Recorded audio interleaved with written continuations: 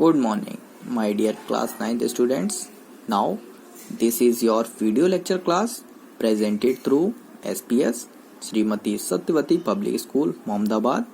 I Vivek, your bio teacher, comes with new concept. Today, students, we have discussed another very important cell organs present in cell that is terms mitochondria. Let's start. Mitochondria. In mitochondria, it is another very important cell organs of the cell.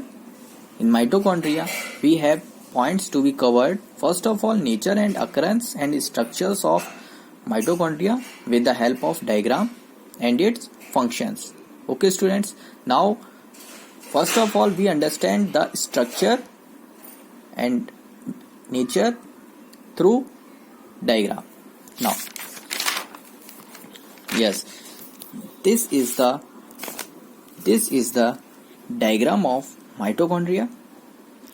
In mitochondria, there was another name that is known as mitochondrion. Students, बात कर लेते हैं इसको हिंदी में. Mitochondrion, अगर mitochondrion word आता है that is its singular, in plural it's known as mitochondria. इसकी शेप्स के बारे में बात कर लेते हैं. ये वेरी करेगा 3 शेप्स में. First of all cylinder shape में भी प्रेजेंट होगा, रॉड शेप में होगा और एक स्फेरिकल शेप में होगा. ओके स्टूडेंट, इसके साइज की बात करते हैं तो इसका साइज जो वेरी करेगा वो 0.2 mm to 2 mm. ये ऑब्वियसली से प्रेजेंट होगा, डिस्ट्रीब्यूटेड होगा इन द साइटोप्लाज्म. साइटोप्लाज्म जो हमारा सेल के अंदर फ्लूइड फिल है उसमें. ओके स्टूडेंट, अब इसकी स्ट्रक्चर की बात कर लेते हैं. It has a double membrane structure, 2 membranes covered होंगे. Its outer covering. Now see the this is outer membrane, this is inner membrane.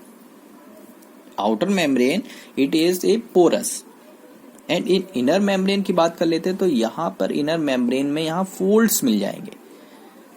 This fold is known as cristae. Cristae का क्या होता है, ये इतना फोल्ड है, ये इस तरीके की डिजाइन है that increases its surface area for capturing the energy. Okay student, now in it inner cavity there was a fluid filled that is known as matrix. It is gel like structure. It is a protein. And in mitochondria की एक special बात कर लेते हैं. Mitochondria 2 जगह पे नहीं present होगा.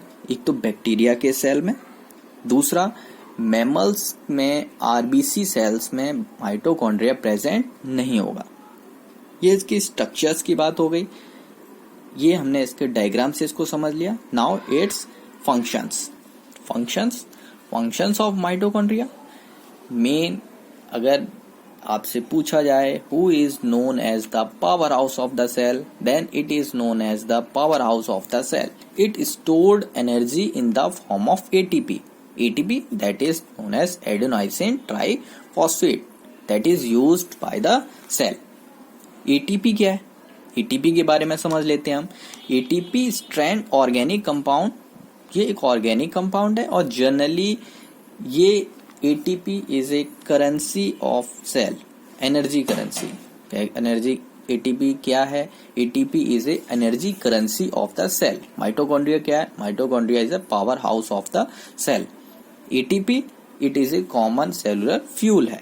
फ्यूल जैसे गाड़ियों में फ्यूल पड़ता है, ये एनर्जेटिक ये फ्यूल है, work as a fuel. Now in after that ATP in the body of organ is used. अब इसके यूजेस क्या क्या होंगे, जो सेल की बॉडी है उसमें एटीपी का यूज क्या क्या होगा. ये डिफरेंट फंक्शंस करेगा. First of all chemical compounds करेंगे. केमिकल कंपाउंड्स में ये सिंथेसाइज करेंगे, जैसे डीएनए रिप्लिकेशन हुआ, transcription of RNA, protein synthesise, lipids. ये सभी केमिकल कंपाउंड्स हैं और इनमें हेल्पफुल होगा एटीपी. अनदर वर्क क्या करेगा एटीपी? एटीपी का अनदर वर्क है मैकेनिकल वर्क। मैकेनिकल वर्क की बात कर लेते हैं, जो भी मस्कुलर वर्क है, as usual contraction and relaxation of muscles in a body, movements, locomotion, these are the mechanical work. Now next, it is also helpful in the production of heat and electricity. अब student heat और electricity की बात कर लेते हैं, तो यहाँ पर हीट कैसे करेगा?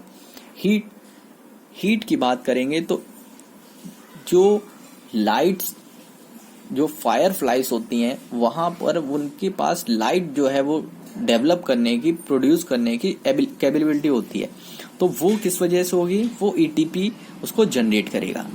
इलेक्ट्रिक ईल की बात कर लेते हैं, एक मछली है, फिश है, इसकी बात करेंगे तो यहाँ पर उसके पास इलेक्ट्रिसिटी होती है, वो प्रोड्यूस करती है इलेक्ट्रिसिटी, एक बहुत पावरफुल इलेक्ट्रिसिटी प्रोड्यूस करेगी। वो प्रोड्यूस किससे कर पाएगी? by the ATP. These are the common productions of heat and electricity in organisms.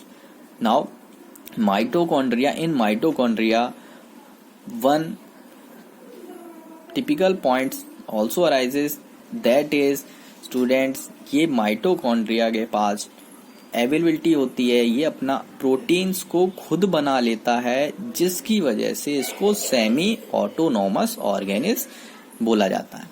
Okay student, this mitochondria is completed. Now you draw the diagram, read the topics, read the points.